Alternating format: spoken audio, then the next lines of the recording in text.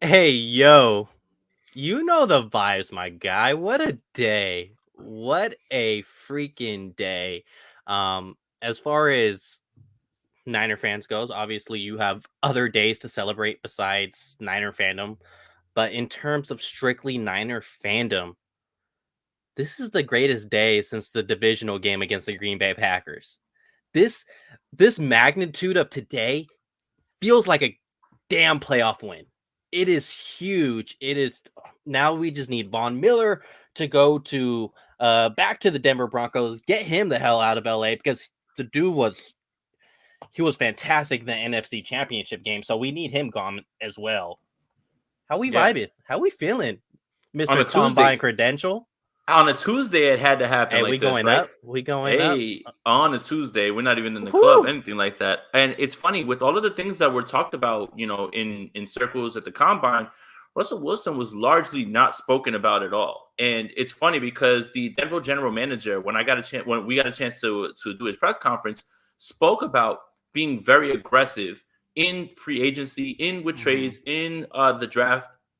Direct quote.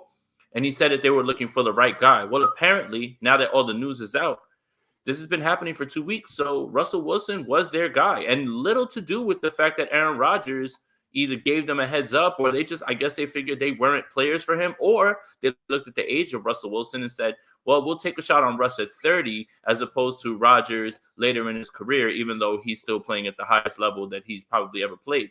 So it's really crazy how all of this stuff developed and what we're finding out little by little. But yeah, this is a really good day for 49ers fans. We pride ourselves on being humble and being gracious and not we smoking that Seattle pack. Get them out of here. I'm so happy right now. Thank Get him goodness. out. Drew Lock's your quarterback. Enjoy pal. And pal. Hey, I'm so glad it's done. I'm so glad it's done. Get him the hell out of here. Bye bye. Like no hard feelings. I'll go enjoy watching you as a Denver Bronco, but I couldn't stand watching you as a Seattle Seahawk. One thing I'm glad about is I don't have to watch another Russell Wilson interview and hear him say "Go Hawks" at the end of it. That thing just annoyed the crap out of me. Whatever it is, I think it was maybe because they were trying to like be cool by saying Hawks instead of Seahawks, like them trying to get their own, like if they were somebody essentially. And since he's been there, yeah, they were somebodies.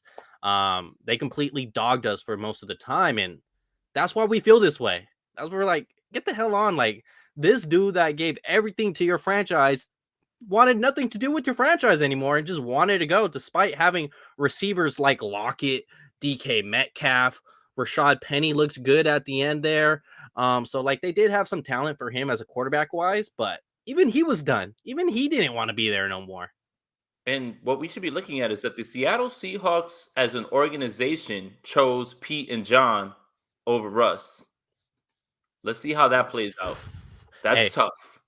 question. Is that to me, I know my answer. Is that worse than what the 49ers did when they chose Balky over Harbaugh? Is choosing Pete and Schneider worse and getting rid of Russell Wilson? I think so. They could have really kept Russell Wilson if they would have cleaned house and let him be a part of the next coach's choice and everything as well. Treat him like a franchise quarterback. And I mean, I'm glad it happened this way. But at the same time, if I'm an owner, there's no way that they're like guys like Russ are not, even as diminished as I believe he is right now at Mhm. his state. He hasn't particularly played good football for half of the 2020 into 2021. He didn't play very well. But they're not flying around. They're not on trees, bro. They're not like for you to go pick up No. another quarterback and just say, "Oh, we're just gonna, reboot and start all over." Like the thing that this points me to more than anything is Malik. I think that now, if you want to jump up for Malik, it's got to be like at 9 and like the 9 pick. That's the sweet spot for Malik, right? Like I don't know if they're gonna be able to get there, and that's gonna be the spot for anybody who wants to get Malik. Oh, what's Matt I'm Flynn doing hey, these days? hey, I'm here for it. I'm here What's for it. Matt? All right. You were there at the combine. Mhm. Mr. Credential there, representing 49ers Gold Mine, getting us on the map. Look at you. So appreciate everything you do for the platform, obviously. I want to talk about Malik Willis. Is that their plan at pick 9 now? Like, what does he look like? What should we expect as 49er fans? I'm assuming there's no way he can match what Russell Wilson did, right? This is not Boogeyman Part 2, correct? Look, Malik Willis has traits that would keep defensive coordinators up at night. In Mobile, I felt he separated himself from everyone else, even if he didn't have, let's just say, he didn't blow the doors off of the Senior Bowl in terms of practice game. Oh, thank you, Michael. Appreciate you, bro. But the sense was that people want him, but he's raw and he needs someone to start in front of him, right? Mike Tomlin had a 45-minute discussion with him after practice at the Senior Bowl. And from everything that we were getting at the combine and we were asking around, talking with so many people, it's pretty clear that he's viewed as the QB1. Now, where does that pick go, though, right? Like at this point. And I think how much is that, and this is not to diminish Malik Willis in any way, how much of that has to do with the other guys in this draft? Because it seems to be Malik and then like a tier and then like Pickett, Howell, all those other guys like there. And then that just depends on how you view it. But from everything that we heard, from everything that was talked about in those circles and whenever he was brought up, it's Malik at quarterback 1. Now, I 9 has got to be where it's got to be. So what does this tell you about their plan in Seattle, right? Noah Fant is a premium talent at tight end. We know that, right? Drew Lock was his teammate. Okay, that's fine. You get those picks. Okay, we'll see now, but you still have to draft and hit on those guys. So it's going to be very interesting to figure out what they plan to do with those picks and what they're going to plan to do at 9. And it's not like they've had a recent track record of hitting on their picks, right? So this is big for the 49ers. And I don't think that Denver gave up that much in the grand scheme of things. I don't think so either. I think Seattle gave a 4th.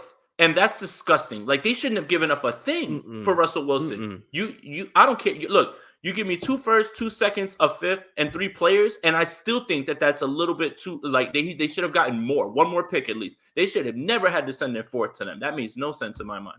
It made no sense because like Denver's sending a 5th, but yet you're giving them a 4th, which is obviously better than what that 5 is. You're giving up 2 1s. One is this year in a draft class that's more day 2 heavy than day 1 heavy. So go figure. And then you're giving up a 1 next year. And then when it comes to the 2s, one of those 2s are the Rams. And that was the pick for Von Miller. Von Miller's probably going to sign right back for you. So originally you're giving up a 1-2 that was yours, 2 1s. So it's 2 1s and a 2. And then players like I guess you consider Drew Lock. I think he's hot. I don't think he's good. Noah Fant, sure he could be a fine tight end, but it's potential. Maybe if he gets with a good quarterback, he could reach that potential. But guess what? He doesn't have that quarterback in Seattle, so it's going to be the same potential situation there. And then yeah, I like Shelby Harris. I think he's a good player, but he doesn't push the needle in a Russell Wilson trade. He just doesn't. So in the grand scheme of things, I don't think they gave up much. And I think it was quite of a steal considering that they were asking for the Washington Commanders to give up Chase Young. Now, if you're Washington, you look at the end of this trade and you're like, yeah, there's no way we're giving up Chase Young because he's worth 2 1s himself. Yet Drew Lock's not worth a 1. Noah Fant's not worth a 1. Shelby Harris is definitely not worth a 1, even though he's the best player out of those 3. So it's Washington may have, I don't want to say they may have lucked out because they lost out on Russell Wilson, but considering that you would have.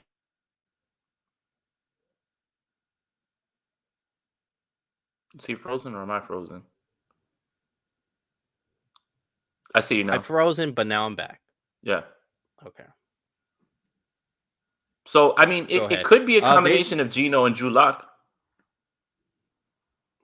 And hey, remember last year on Twitter, Seahawks fans were capping for Geno. Oh, Geno's more efficient than Russ. Go with Geno. Hey, you got your wish, DK loves Geno. DK loves Geno. You got your wish. Let's see what happens now. Let's talk about the other one. Aaron Rodgers. How does that affect the 49ers? Obviously, I don't affects him in a way where I would have ever thought he would have been a 49er. I think that was completely off the table. Even though that ESPN, NFL Network, FS1 may want to talk about that pipe dream scenario that's not a reality. How does that affect the 49ers? Just another playoff opponent for the 49ers to vanquish. Um, I mean, the Packers are going to be largely the same, and they're probably going to win 12, 13 games. And it just, a lot of people were waiting for dominoes to fall. So this is why a lot of people are saying, because I see the comment in here already that Jimmy's value keeps going up. Okay. So it seemed like, Denver was quite the fit for them. And it was talked about that he was deciding between them and Denver. We found out that it's been 2 weeks of them talking with the Seahawks. I don't know what changed, who's telling what, right? But Denver was a place that kind of made sense for Jimmy Garoppolo. So now that's off the table. Green Bay was never going to be in that mold right there because they weren't going to go after Jimmy Garoppolo or anything like that. So it takes two options off. And now the tier of who's actually available and high end is much smaller, clearly, because we don't know who's going to be moving in other ways. So now kind of puts people in a position where if Jimmy Garoppolo gets cut or something like that, now you have to bid with other people. Instead, for the small price of your first round pick and a second round pick, you could have Jimmy Garoppolo and have his rights and start negotiating good faith off of that. So it's going to be very interesting, and I think that's what people are talking about more when they say that Jimmy's value has gone up. Is that's striking one off of the list, which is Denver, and also you're striking off another option with Aaron Rodgers, and those were the two most attractive names in terms of who top end guys. So I mean, it just pushes Jimmy Garoppolo higher to the list now because that list he is in that tier. But at times, and I would say even right now after the shoulder surgery, probably at the top of that tier. We're talking about like the Teddy, the Mariota, like those guys that are there right now. Like Carson, maybe. Yeah, Carson Wentz, right? He's ahead of him. And Indianapolis, I mean, from everything that was said in Indy at the Combine, he is cooked over there. They don't want him, and it goes far more deep than things that went on the field. So that's another place. So them going away doesn't necessarily it didn't impact the 49ers in terms of Rodgers, but it just opens up the market a little bit more for these quarterback needy teams. And then you have to start playing the mind games of, well, Russell Wilson, apparently the Commanders asked for a whole bunch, asked for Russell and gave more, and Seattle was saying, nope, put him in the AFC. And yeah, that's the thing is okay, do the 49ers want to, move him in the NFC, move him out of the AFC? So it just depends on who's going to end up coming calling. So Indy feels like a really good spot, and Pittsburgh feels like a really good spot. But who knows? I mean, we should see some movement in the next few days with this. Diego has a great point here. If anything, Jimmy's value maybe goes back to whatever it was before the shoulder surgery news, not going above. This is a scenario I can see. Like you said, how the Wilson and the Rodgers moves directly affects the 49ers seemed like it was one team that really truly had a chance for that guy anyways. Because obviously both quarterbacks came from the NFC. They had to go get shipped to the AFC, and Colts already had a missing pick this year. So that made it a little tricky for the guys in Seattle to want to accept that trade, considering the Colts aren't giving them a 1 this year to go ahead and be in return. And this is what I see. Hear little chirps here and there. I don't believe a 3-team trade is off the table when it comes to Jimmy Garoppolo. Colts want to give up minimal assets because they already have to ship off a 1 to Philadelphia for Carson Wentz. So they want to give up minimal assets, obviously get a quality starter, and get rid of Carson. Because like you said, it's bigger than football when it comes to Carson. It just didn't work. And obviously you're not going to go ahead and lose him just to go start Eason there at quarterback for the Colts when they have a playoff roster and a win now roster. Right. And then you got Washington Commanders. You spoke to Ron Rivera. That guy sounds like he wants a veteran. He wants someone that can come in, knows an NFL locker room. While Carson Wentz may not be that guy, I could see Ron Rivera favoring Carson Wentz a little bit opposed to a Jimmy Garoppolo, because that's Riverboat Ron. He wants to have that ability to try and throw deep when he can. Jimmy Garoppolo is not going to really give you that too often, at least efficiently. Well, the discussion could be made. Carson Wentz ain't that efficient either, deep, but at least he'll attack it. A trade to where Jimmy goes to Indy, Carson goes to Washington, 49ers get a pick from Washington and a player from Indy. That's something that's been smoked out there. Obviously, I'm not going to say bet your assets on it. Just something that's been smoked out there because 3-team trades don't happen very often. But in this scenario, it seems like everyone gets what they want in return.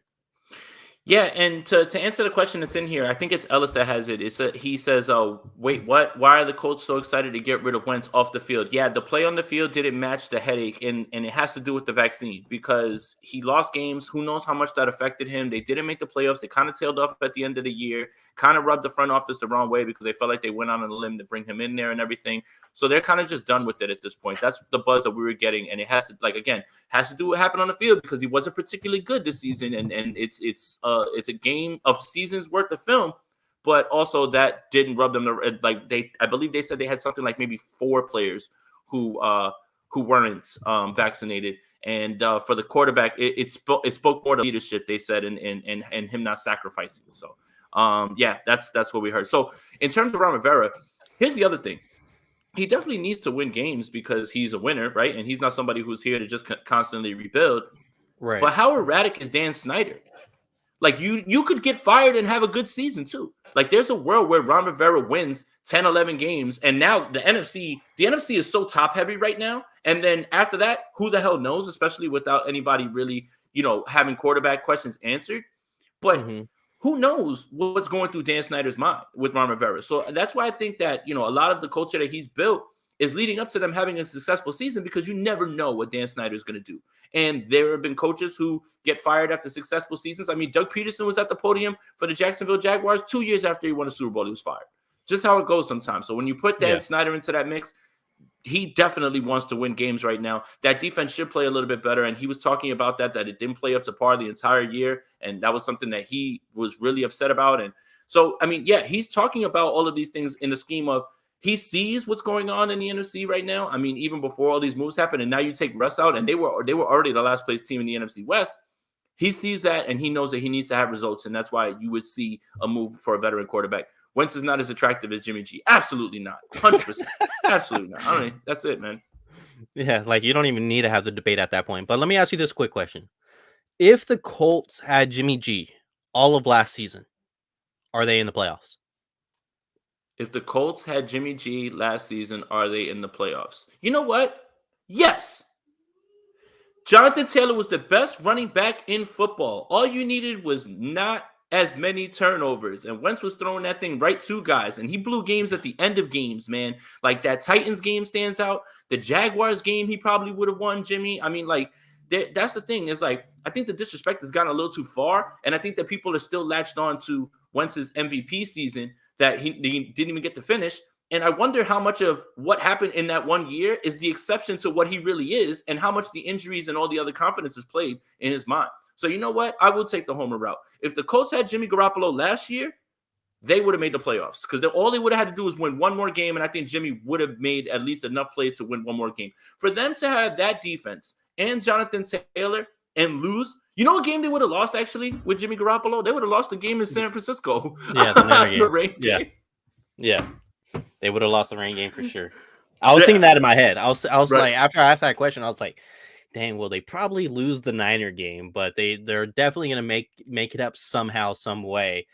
Yeah, because accountability and leadership is a real thing. Is Jimmy Garoppolo more talented than Mitch Trubisky? He's not. He's really not more talented than him. But is he the guy that you want to be your quarterback over Mitch Trubisky? Personally, myself, yeah. Give me Jimmy over Mitch, for sure. Like, Jimmy's not even more talented than a Marcus Mariota. He's not. But who's your starting quarterback? It's going to be Jimmy. Because I think the intangibles is a real thing at the quarterback position. You need a guy who's basically a manager at a job. Manager at a job site, you just need him to put people in the right place and just don't screw it up. And that's what Jimmy could have done with the Indianapolis Colts, and I think they would have made the playoffs if Jimmy was there. So it's going to be interesting to see what happens with him. Like you said, the smoke is really big in Indy. I like Pat McAfee. It sounds the way he talks as well about Carson Wentz. Sounds like Carson's gone out of Indy, and that guy's well connected to that organization. He's still doing his podcast in Indy. That's how. So he has all the ties there. Jim Irsay is a text away for him. So I think that's a perfect spot for him. I really do. A dome. So we don't have to worry about the whole cold weather thing. Because The only obviously, thing is, go ahead. go ahead. No, the only thing is that let's list the AFC quarterbacks hierarchy. That's the problem. That's the problem. So you got Josh Mahomes. Allen, Yep. Josh Allen, Mahomes, Justin Herbert, Russell Wilson, Derek Carr, God, keep going. Lamar Jackson, Joe Burrow. Now, where does Jimmy Garoppolo fall behind all of those guys? Right? Does Deshaun Watson, if he gets cleared, does he come back and play a year for the Texans to improve his trade value and improve his destinations? So that's another question. Here's the conundrum for the Colts. Does moving for Jimmy Garoppolo now with this reshaped AFC quarterback hierarchy, does that put you in the playoffs? The thing is, where are you now? Yeah. Where are you now? So at the end of the day, you'll get better. And that's what you want as a franchise is get better at the quarterback position if you don't have one of those guys. And moving on from a Wentz for Jimmy Garoppolo, you'll get better.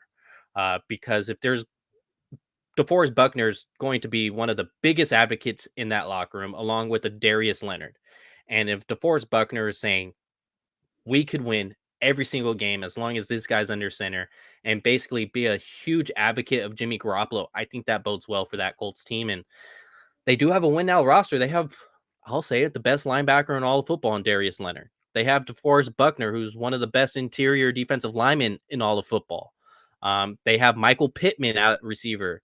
They obviously have their what? Keep going. What? They obviously have MVP candidate year to year in Jonathan Taylor at running back, and that's what Jimmy Garoppolo needs. They have an offensive line, Quentin Nelson, solid. I would imagine that they only get better at the offensive line. Yeah, I just like Darius Leonard.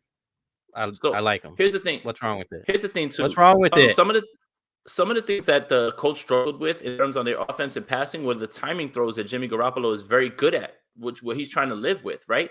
And the deep throwing of Wentz is like it would show up for one game or it'll show up for like one or two throws, but he was highly erratic in that area as well, too, even with the better arm.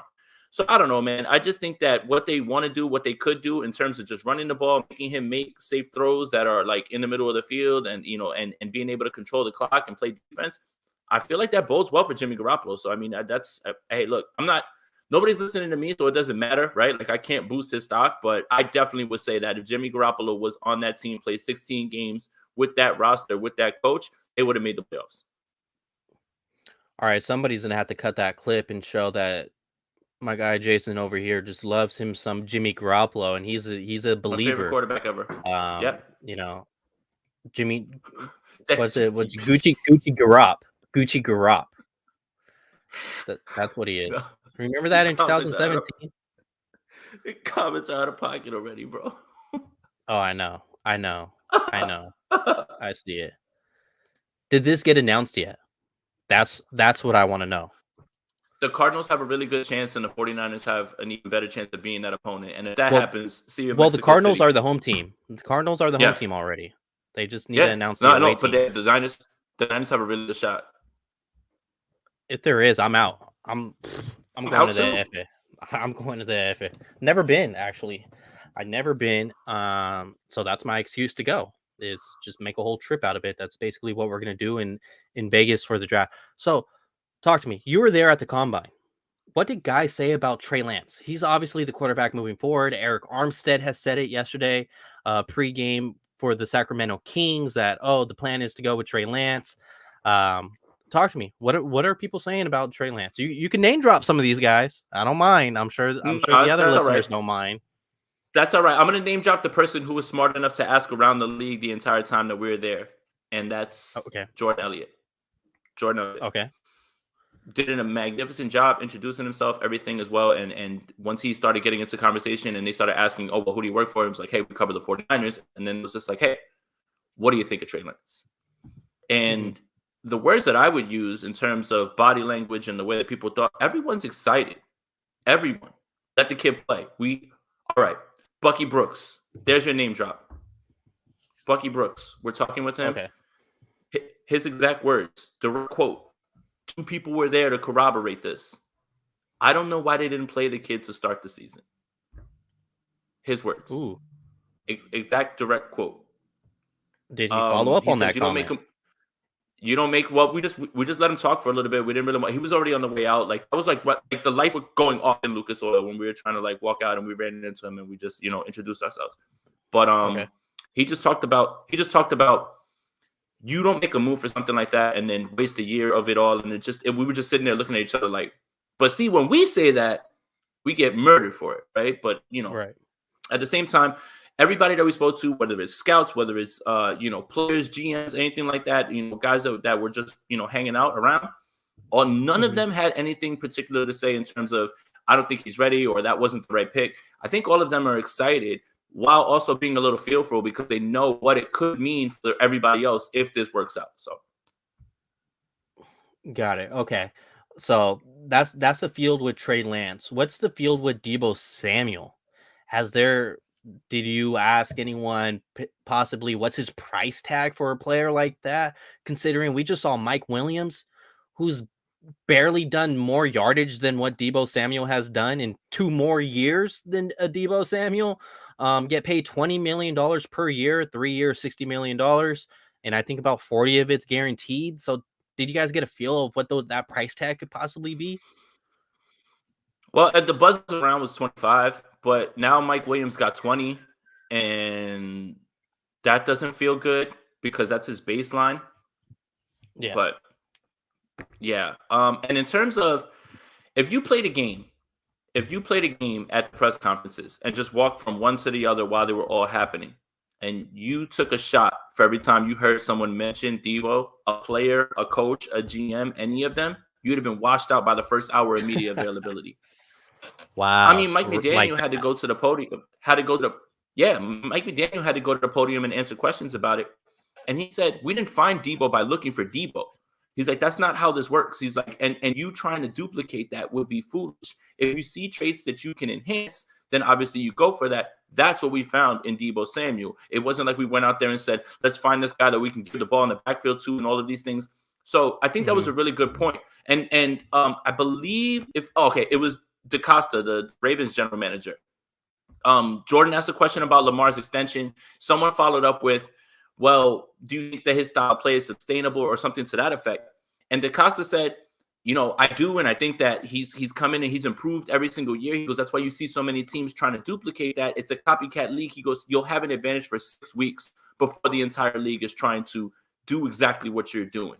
So that's the thing now. The vibe, the players are getting asked all the time if they feel like they're Deebo Samuel. I mean, hell, during the season, if you watch the wide receiver take a jet sweep, oh, they love to use him like Deebo Samuel. No, they don't. Yeah. Like the dude had maybe three handoffs. That's not the same thing at all. So everybody's trying to find their own Deebo. Everybody thinks that they're going to be looking at wide receivers that way, but that could do those wide receivers big disadvantages if you're trying to duplicate something that might quite possibly be a one-of-one type thing, man. Like there's guys who have similar skill sets that you could use that way, but again, you're trying to find something that I don't think is out there anymore, and the 49ers were lucky enough to jump on it first. Yeah, and like we've seen special talent try with Tavon Austin try and do it, didn't really succeed. A guy like Percy Harvin actually had success, but he didn't put up the amount of yardage that Deebo did in both positions. So while he had that success MVP-like season, Deebo did it at a higher rate and a more efficient rate than what a guy like Percy Harvin did. So when you say it's a one-of-one type thing, yeah, I kind of vibe with that. I kind of feel that, but man, if the talk was 25 million and now Mike Williams gets paid 20, you're probably looking at that 27 million mark, and the 49ers are Yep. maybe in this place of, man, that cap went up 50 or 25. I wish it would have went up 50 because Nick Bosa is also another guy that they have to pay. When it comes to Nick Bosa, what were some of the things you're hearing out there in Indy? Best in the world. I mean, guys having effusive praise and just, I mean, we were trying to talk about other players, and guys were just like, why are you not asking us about Bosa? Like, that's the guy that, even, again, yeah, it's crazy, right? Here's what's funny. I think that I knew this in my mind, but being out there kind of, I guess, reinforced it. The Mhm. 49ers have the best left tackle in the world. They have the best tight end in the world. They have the best linebacker up there. I mean, you don't believe that, but that's okay. They have the best offensive weapon in the league. They have the best fullback in the league. It's crazy to me that the 49ers are stacked as a core at these certain places. And people around the league obviously notice that, right? Like they talk about, like Right. when we're trying to talk about Trey Lance, guys are like, man, Trent Williams, this guy, and then you start to think like, oh yeah, like Deebo Samuel had an amazing year. Oh yeah, and Nick Bosa has a claim as the best edge as well too, right? Like, so that's Mhm. how loaded this core is, and I think that it ties back into the Trey Lance thing because the vibe was you should be playing the kid because when you do get him up to speed, it's going to be a problem for everyone. And I think that's what I kind of learned while I was there as well is that the league is noticing that core, right? And the same way that they're trying to find their own Deebo, to think about it, there's not many teams that have the best at that many positions on their team, whether it's different positions at all. So that's how loaded this core is. And yeah, I mean, they guys wanted to effuse praise on everybody. The big Mhm. question just was, where's Coach Shanahan? And I was like, it's all right. I'm kind of glad he's not here to be yelling at us. So um, yeah, when you say it that way, is every other team is trying to find a Deebo Samuel, yet they're also trying to find a Trent Williams. They're trying to find a Fred Warner. They're trying to find for years now a George Kittle. Hawkinson's probably the closest to it, yet he's not George Kittle at the end of the day. Um, so they have those pieces there, and like you said, it's just get Trey Lance in there, see what happens. We have a donation here from Cap speaking. Debo is a must sign, but do the Niners wait 1 year and see how Ayuk does with Trey? I don't think so. I think you. nope. I think Debo established what he means to this team, and you got to pay that man whatever it costs. You got to bite the bullet. That's how you retain the best players in the league. If you don't pay him, somebody else is. And do you Yeah. really want Debo on another sideline? I personally don't. No, thank you. No, and then when you think about the draft capital invested, it's just a big swing and a miss. I think that they can find a way, as we're finding out. The Saints aren't as strapped under the cash. They just can do a few restructures, and all of a sudden they're back under. So again, not that the cap isn't real, but there's ways to maneuver that. We found out the increase going into this year is going to be another increase. So if you push money down later on, there's ways to maneuver all of that stuff. I think Debo is a must sign, and I think they're going to work as hard as they can. I mean, it was brought up to John Lynch in the same press conference that I asked him the question. And he talked about, wanting to meet in the middle and trying to get that done. So, yeah, I mean, it's something that's on mine. I think it's going to get done. Really Also, quick. anybody that's here, thank you guys. Appreciate you guys. It's been a while. Traveling, it was really hard to do these lives. I'm right back in the saddle now because I'm home. Make sure you like this video on my channel, on Leo's channel. Make sure you subscribe to both these channels. Also, I saw some people in here. You want to join that Spicy Squad? Check that join button out right there on the video. You can hit that where you get emojis and things like that. And when I start doing call-in shows, the Spicy Squad is going to be up first for them to jump in and have their conversation with me and throw out their takes. So just something else that we're adding. Appreciate everybody for sticking in. I think we have like how many, like 270 in here, 280, something like that. We're close to that. Yes, sir. Yes, sir. Yes, sir. All right. I like that. I'm glad to see all you guys in here again. Same faces, mess with y'all. And you guys are the most informed fan base. So appreciate you guys. Yep. Let's go. Let's go ahead and answer this one from Michael. He's my guy's, spitting fire in the comment section. How do you think the Niners will approach the draft this year? I'll let you answer that since you were out there. It depends, man. I think it's going to be more about Tony. Appreciate you, bro. Appreciate that, man. That means a lot. I think it depends on how the board lays. I think the 49ers have a few holes, right, on this team. The offensive line thing, that's why I asked the Mike McGlinchey question first. And John dodged it. He answered the first part and he just talked about his rehab, but I didn't ask all that. What I asked him was, any updates on Mike McGlinchey, and if his progress isn't going along as well and the injury is more severe, does that alter any sort of draft plans? And he didn't answer that portion of it. He just answered about how Mike's doing, and he's like, he's attacking it, blah, blah, blah. Very scripted, easy answer, cool. But he didn't answer that other part. So I wonder what takes precedent at this point. Is it alignment? Is it an interior alignment? Is it a right tackle? Right? Because as of right now, even though at the same press conference right after, I believe he spoke with Mayoko and he talked about Alex Mack, he expects him back. So it's two. Let's just operate with the optimistic outlook of the offensive line. Trent Williams and Alex Mack. You still have 3 spots that you either have question marks or you don't have players for right now that are proven, right? We know Aaron Banks is a natural left guard. Go ahead. Jordan Schultz. Pat's free agent corner, J.C. Jackson, who's still just 26, will set the market in a big way. Sources say the Bengals, Chargers, Niners, and Dolphins will all have legitimate interest in the All-Pro. All right, so Jordan Schultz he's 50-50 when it comes to this type of stuff. He's connected with the players. He's very connected with players. I'll give him that. That's a little bit of a change. So that's breaking news. That's a little bit of change in philosophy for me because it seems like the 49ers have always either, 1, drafted later on in drafts, or 2, tried to bargain bin dive for, guys that either are injured, hope that they'll bounce back type of thing. But that would be a sign of a big change in philosophy for the 49ers to pay a cornerback.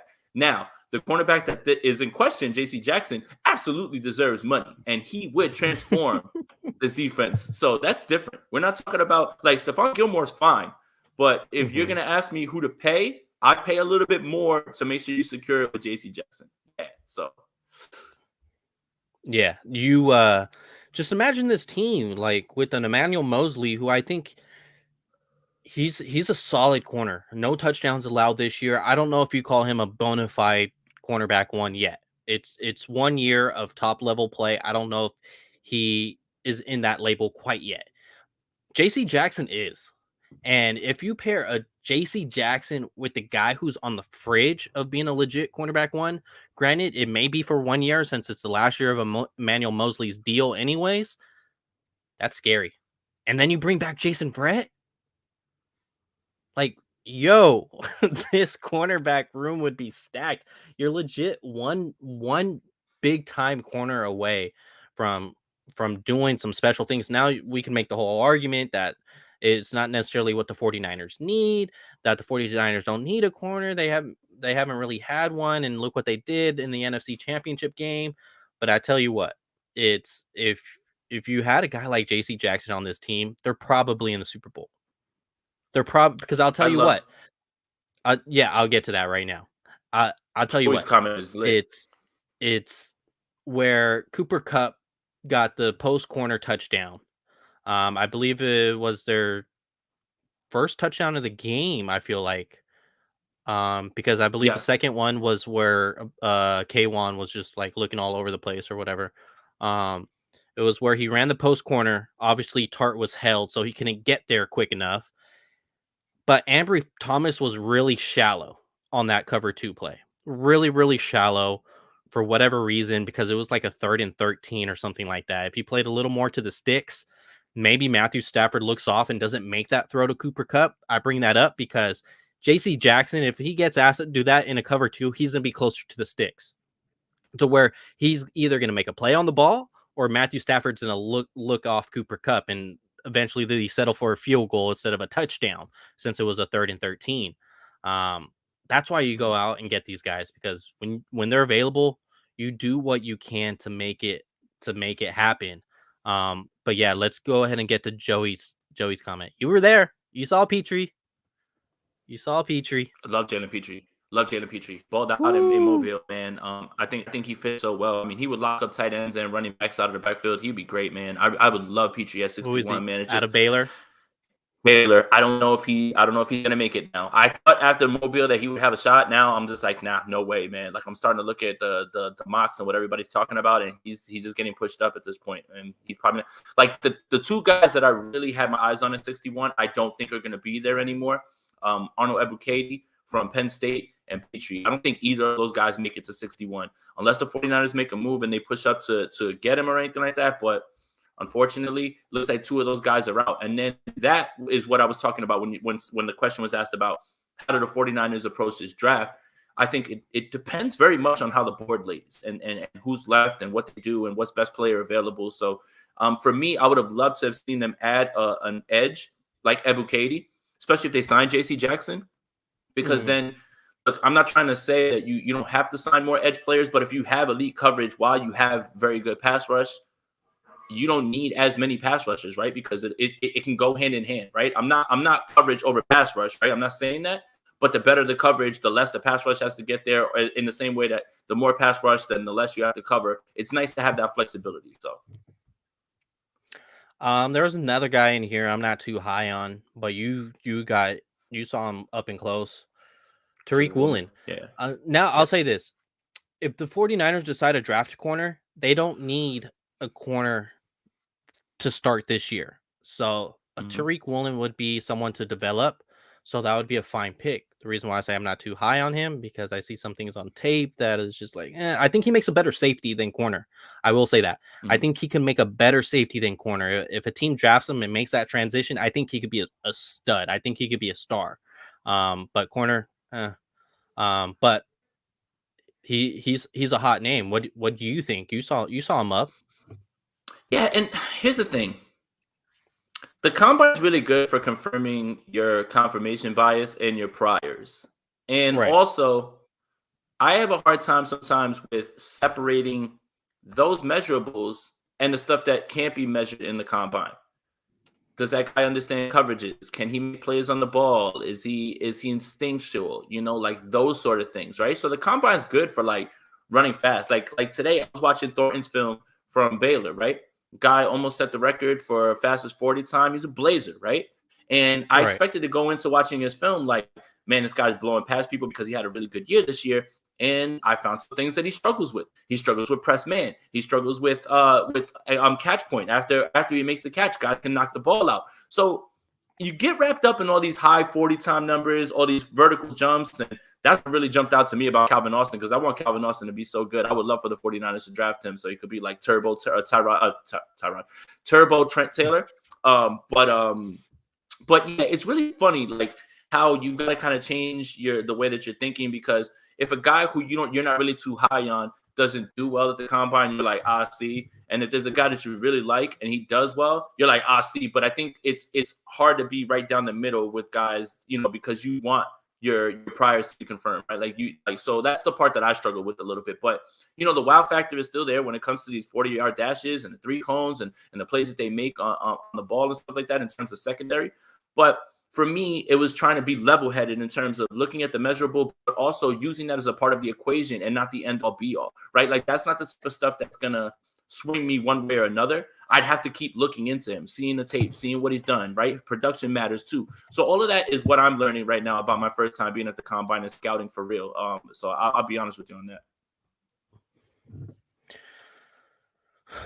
Is there any guys that kind of just like, after speaking with them, because you were there, you were able to ask questions, you actually asked John Lynch a question.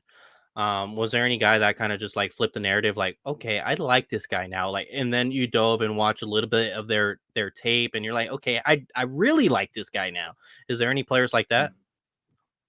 Well, I mean, for me, it was James Cook. I mean, not because he answered my question, but because I hadn't really watched him too much. Because he And answered your then I question. got it. Yes, because he answered my question. So I went and I looked, and I think he'd be a fit. And I think the 49ers people aren't around the combine are not high on Trey Sermon. They're not. They're definitely not. Like right now, like there was some Jeez. disparaging things. There was some disparaging things said by people that I respect very highly in this game, in this media game, in this scouting game, all of those things. So who knows? What do they do with him then? I don't know, man. I don't know. Not many people had many good things to say. A few of them tried to give the right answer about, well, they'll move to the inside zone and he'll be better in that way. Some people were just like, he's done. Like, he's not good. Like, and I was just like, wow, like definitively, like saying, what do you feel about Trey Sermon? Right out of this one running back's mouth that used to play in the league. He's not good. I just was like, I didn't like that. I didn't like that. So yeah, it was a little scary when it comes to that. So yeah, I mean, I don't know, man. And then it makes you feel worse because you could have just stuck around and just drafted Javonte. But hey, Javonte's going to have lighter boxes now, and he's going to get to chill with Russell Wilson now. So I'm not bitter. Okay. I don't want to talk about it. You know what? I don't want to talk about it. Hey, can you pull this one up? No, man. The Bo Melton one. Oh, the Bo Melton one. I asked you about him when you were out there at the Senior Bowl. I texted you and Javi. Mm-hmm. So Rutgers, he ran a great 40. He did really well in interviews. His stock is up, man, and a lot of people are way more interested than he is. That's another thing too. Brad has said this the first time we met at the Senior Bowl. The human element, scout the person. How do you do that, right? That's the hard part, right? A guy could have all the measurables in the world, run fast, jump high, catch everything, could run people over. If you don't want to work, or if are you ready to invest in that? And I think that a lot of buzz around why DK Metcalf fell was because he bombed out all his interviews. He bombed them all out. There's no way that we're going to look back at this draft and say, man, why did DK Metcalf go in the second round and feel like that was right? It was wrong. But how much of that did he hurt on his own? So a lot of these guys have a big opportunity to, one, showcase what they can do in measurables, but two, make sure that you know what you're getting. Look that guy in the eye. And John Lynch spoke at length about that. You can do that on Zoom. The Zoom isn't the same as being in the same room, feeling the energy, feeling the body language. That's the part that was missing, which makes it all the more impressive for anybody who hit on draft people last year, because you didn't get a chance to actually be in the room with them because of COVID, right? And it's funny, when we covered the Senior Bowl the last time, you and I, we spoke at length with Matt Rule. Matt Rule told a story about how he got into an elevator with a prospect while he was in there. This is the elevator pitch, the 30-second pitch. He said by the time that young man left the booth, left the elevator, he looked at him and said, "Take him off our board. Immediately take him off our board." I remember that. And that's crazy to think, right? And he said it was a very high prospect, someone that he wasn't going to say by name or anything like that. But he told that story. And that's the type of things that go on like behind the scenes that I think is more important than all the other things. You can have a guy that's not as fast and he's mid, but if he knows how to play football, if he's committed and you look in his eyes and know that you should be investing the capital in him, because people lose jobs off of missing draft picks. This is not something where it's just like, oh, well, you blew it. It doesn't really matter. No, your boss can call you in the office the next year and say you're fired. Like, why did you take this guy? I trusted you. So a lot of that is what I'm learning more about, is that human element. How do you scout the person? Forget the player. How do you scout the person and what his values are? Is he going to be crazy and erratic off the field? Does he have an attitude? Can he take coaching? That's another thing at the combine, right? They show you things for the first time that you haven't been able to do, and they want to see how quickly you can pick it up. They don't expect you to be perfect, but if you can pick it up at a nice rate right there in front of everybody, it speaks to how quickly you can adapt, which is such a huge part of the NFL game. So just more of that, more than the measurables, is just why those coaches are there, why they're running those drills, what guys are saying behind the scenes. That's the stuff that's interesting to me in terms of the combine. Let's talk about what guys are keeping off from what they post, or necessarily sites that they're keeping off.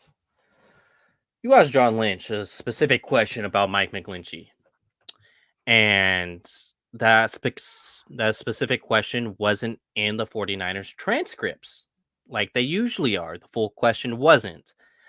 And John Lynch gave the vanilla answer of he's doing well, he's on track.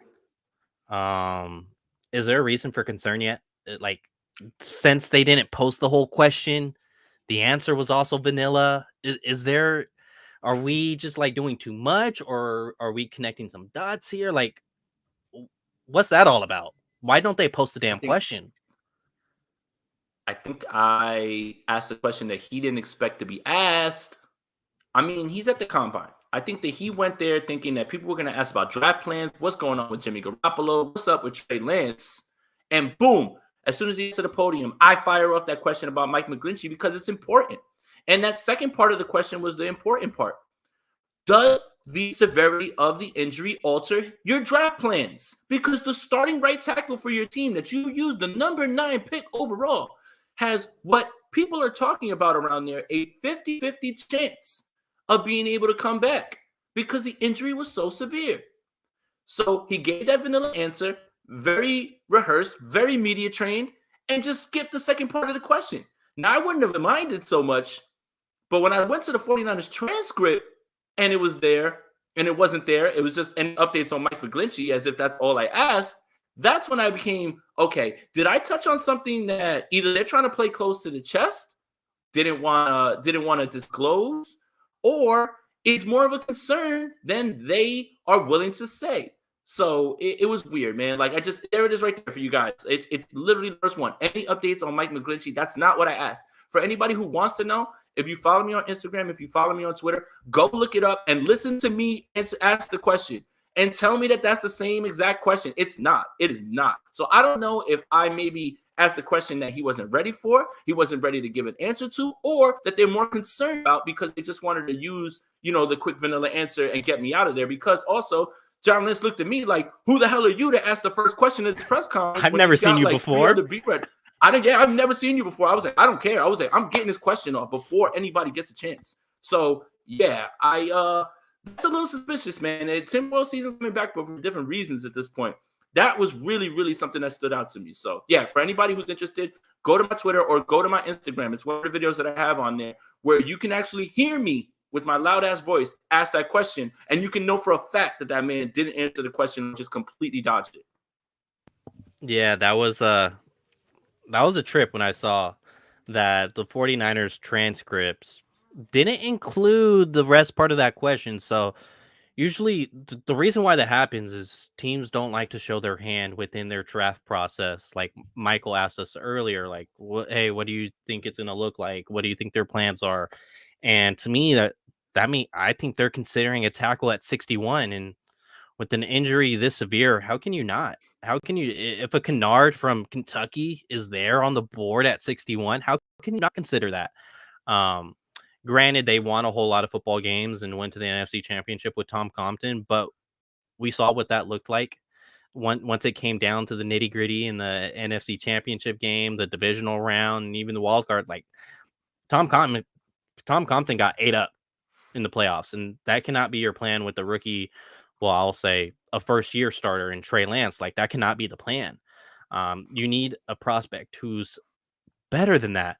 So we'll see. We'll see what happens with it. But where? Oh, Lynch. Well, who's this? Who's this zombie looking? He was like, and the thing is, this Corey Rush is standing there, right? The new director of PR, and even he was like, yeah, like because we were talking with we got check his cred. Check his cred. Right. We got a chance to speak with Lombardi, with Jennifer Lee Chan, with Mayoko, all of them. They're so nice. Mekiana Martin, so nice, so gracious with their time, everything, right? But Lombardi, when I was asking him, I was just like, hey, because he was very gracious with his time and very, very nice, man. And I was just like, man, I can't believe that I ever thought differently, right? I asked him, I'm like, so how does this go? Because there's certain players that are there. There's only 3 or 4 people there. Only a certain amount of people can ask questions. But when the Denver general manager came up, everybody squashed in, right? They want to know what's going on. It's a free-for-all at press conferences. There's no hand-raising. There's no, pointing. It's like, it's kill or be killed. Yell your question out and hope that you have a bigger voice than the person next to you. So when John got there, I was like, I'm not getting in the way of this at all. I'm going to ask my question and I'm just going to sit there and chill. I practiced it a bunch of times before I was going to ask it. That's why it came out so quickly. But if you notice, Joey said he posted it on TikTok and they omitted the question. It's just strange, man. It's just strange all around. So, yeah, I guess that's where we're connecting dots at this point. Any last things that you want to say here? We're about an hour in. In-depth thoughts on the Batman. I know you guys, that's what you're all here for. I have watched it twice now, so I know exactly what I want to say. I want to say a very good movie. I will stick to Incredible. Still not better than The Dark Knight. The Dark Knight is a perfect movie. This movie is a very good movie, and its villain is dope. The story was great. Batman detective story. Zoe Kravitz, amazing. Much darker than The Dark Knight, much darker, but at the same time, Dark Knight is the perfect movie. So Dark Knight over Batman until something changes at this point. But please go see The Batman. Oh my goodness, man. What a movie. What an achievement. What I still job by haven't Robert even Pattinson. seen Spider-Man. Get this guy out of here, man. You know what? It's just pulling up to the movie theater for a movie that long with a 3-month-old. I don't want to ruin it for everybody else. So I just kind of, got to take my L and probably wait until it's a streamable at that point. It's just, I can't. All you Dark Ricardo Knight said fans. Jason should have started with Bang Bang Niner game. Hey, John, Bang Bang. What up, Buck? Let me ask you real quick, man. What's happening with Mike McGlinchey, bro? What's up with him, man? Is it messed up? Y'all gonna draft somebody else? Talk to me. Put the camera in his face. That's how I should have asked it. You also could have just went straight New York, and it's or New Jersey as well. You could have asked him, and and then everybody's like, "Oh my God, did he really ask John a tough question like that?" Just know when I'm in the presses, I go hard. No, dude, no, dude. All right, here. All right. All Another funny story. So me and Jordan are going back into the media room because John's about to come on. We were gonna get there a little bit earlier and make sure we got a good spot in front of the podium. Everything cool. So I hear this quirky gentleman like behind me getting through, and I turn around and it's Coach McDaniel. And I'm like, "What's up, Coach?" I was like, "Hey, look, Jason Aponte, Jordan comes over, like Jordan Elliott." I was like, "We both cover the 49ers." I was like, "I just want to say congratulations. We're completely stoked for you, and we're all rooting for you over here." And he was like, "Thank you, man." He goes, "You guys have been nothing but nice to me, man. How are you guys doing?" And that was his next question. "How are you guys doing?" He goes, "Man, you guys are sharp." He's like, "You going up to speak right after me or whatever?" And I was like, we got a quick laugh. And I was like, "Hey, Coach, real quick, favorite Mike Jones song?" He said, "Going Clubbing" featuring Paul Wall. Didn't even flinch. And then, talk with us for a little bit longer or whatever about just shooting shit basically at this point. So big Mike McDaniel guy. One of the best parts of that press conference was when he got off of the stage because he went on 15 minutes after John. He got off of the stage earlier before John, and he's standing on the other side. And someone asked about Mike McDaniel, and John Lynch was gushing over Mike. And Mike was standing there listening and he didn't know Mike was there. And that's why if you see the video, Mike McDaniel goes, "Hell yeah, John." And he throws his hand up. And then Lynch is like, "Oh, I didn't even see you there, Mikey. What's going on, man?" And it was so wholesome. And then here, one more funny story, because me and Jordan are idiots. Matt LaFleur is standing right where my daughter's basketball hoop is, right here. And we're talking. And I think it was one of us. I don't know who it was. And we were just like, "Cram it up your cram hole, LaFleur." And he turned and looked right at us. And we were like, "No."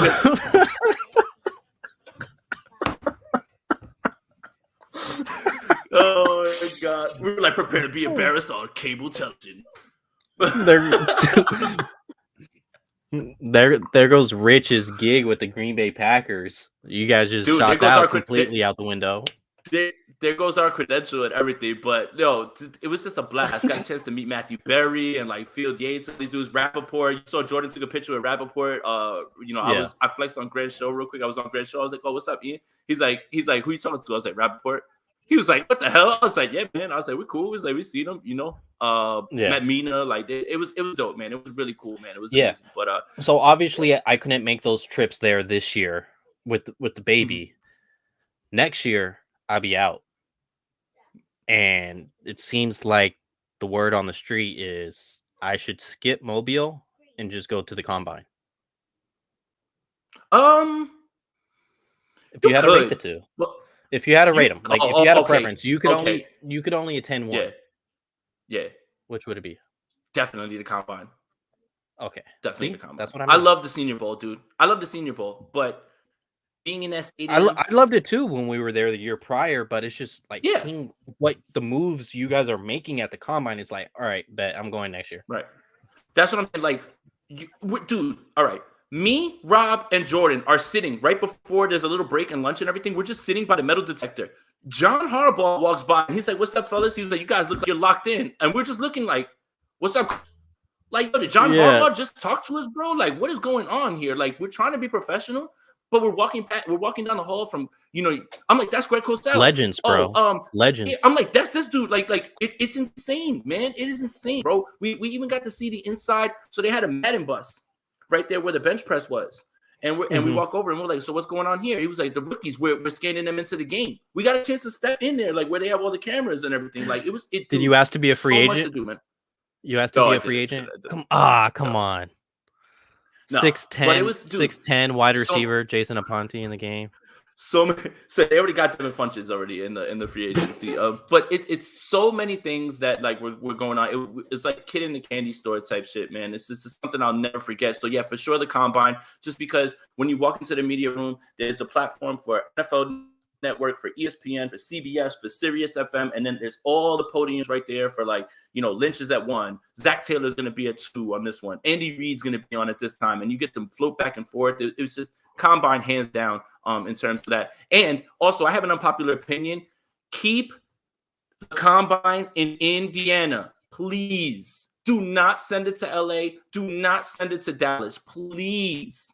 I understand the NFL is in the business of making money, but the schematics of how the combine is set up is beautiful. The convention center on this block, across the street, Lucas Oil Stadium. You leave the convention center, you walk 15 steps, and you're in the stadium for the combine. If you did that in LA, you're doing the interview somewhere else. You're in an Uber for like 45 minutes. It's going to cost you $3 million. Yes. In Dallas, yes. There's no place. There's nothing around the stadium. Leave the combine in Indy, please. I know you're watching, Roger Goodell. Please leave the combine in Indy and don't move it, man. Please. Hey, yo, so you got a 69 overall in Madden. That's pretty nice. And your hands is 55. That's pretty high, I think. That should be way lower, I think, Eric. Yeah. Eric, hey, salute you, bro. Thank you, man. A lot of comments, a lot of content coming this week. From combine experiences, things like that. Some of the stuff that I can't talk about on the air. Some. It was just amazing. I would do the combine 10 out of 10 times. Instead of doing the Senior Bowl, and I love the Senior Bowl. It's so much fun. Yeah. Michael's right though. As long as I don't put out, I'll be out there next year. So. Oh, okay. I see what you're saying. Take your power back, King. Yeah, I gotta get my card back, man. Come on, fact. Jay's kind of suspect. Facts Bay Area. Jay's hands kind of. Yeah, I mean that's why I talk about football and don't play it. I don't want to play it. Yo, just seeing how much work went into it, I realized in college, like, all right, like I'm not waking up at 4 a.m. to go work out. I'm not. Let me just go ahead and talk about it. That's when I came to the realization for myself. But yeah, my when it comes to the hands, I had to switch over to corner. Actually, I don't want to play that either. I don't want to play that either. You know what they have to do? Nope. They have to tackle. Yeah, but I could pull a Dion and say I'm not here to tackle. I'm here to cover. So you better lock down everything. It works out if you lock them down. But yeah, I came to that realization in college because I remember doing a dig route. So I'm running wide receiver. This quarterback, he went to Louisville because he transferred and went to Louisville. And I just remember coming, flip my head, boom, ball's right there.